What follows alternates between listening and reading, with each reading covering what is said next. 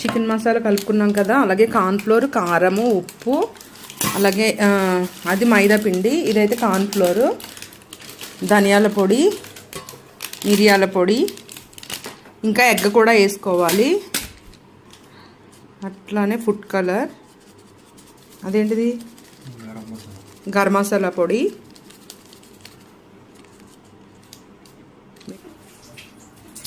ఇగోండి. ఇదైతే ఫస్ట్ మొత్తము ఇలా లిక్విడ్ వచ్చింది కదా, ఎగ్ అనమాట. మొత్తం ఎగ్తో కలిపేసుకున్నాము. ఒక హాఫ్ అన్ అవర్ అయితే పక్కన పెట్టేసుకుంటాను. తర్వాత పకోడీలో వేసుకోవచ్చు.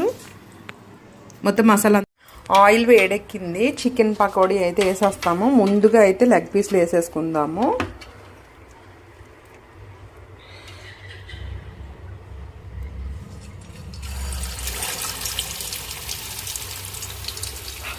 ఇంకొకటి వేస్తాను.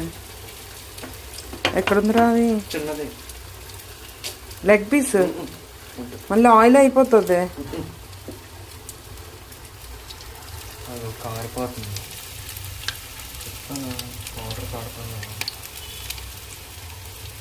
వేసిన తర్వాత ఒక 1 మినిట్ వరకు అయితే కలపకూడదు, లేదంటే కలిసిపోయాయి అంటే మళ్ళీ మంచిగా వేగవు. ఇప్పుడైతే 1 మినిట్ అయింది. ఇట్లా టర్న్ చేసుకోవాలి. దేంతోనైనా ఒక స్పూన్ కానీ ఇట్లా ఏదైనా తీసుకొని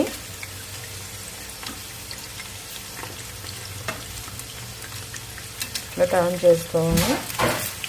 ఇప్పుడు బాగా వేగుతాయి అన్నమాట.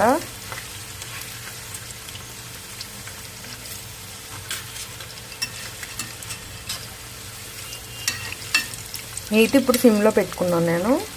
హైలో పెట్టేస్తామంటే ఎగ్ వేసాం కాబట్టి మాడిపోతాయి తొందరగా.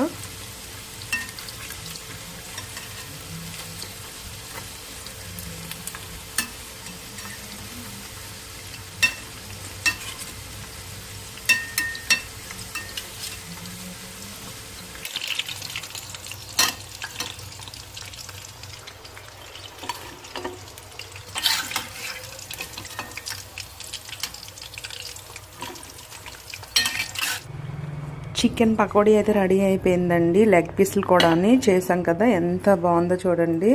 చాలా బాగా వేగింది. సిమ్లో పెట్టి చాలాసేపు వేయించాను. చాలా క్రంచీగా, టేస్ట్ కూడా నేను టేస్ట్ చేశాను. చాలా చాలా టేస్టీగా వచ్చింది. నచ్చితే మీరు కూడా ట్రై చేయండి. అలాగే నా ఛానల్ సబ్స్క్రైబ్ చేసుకోండి.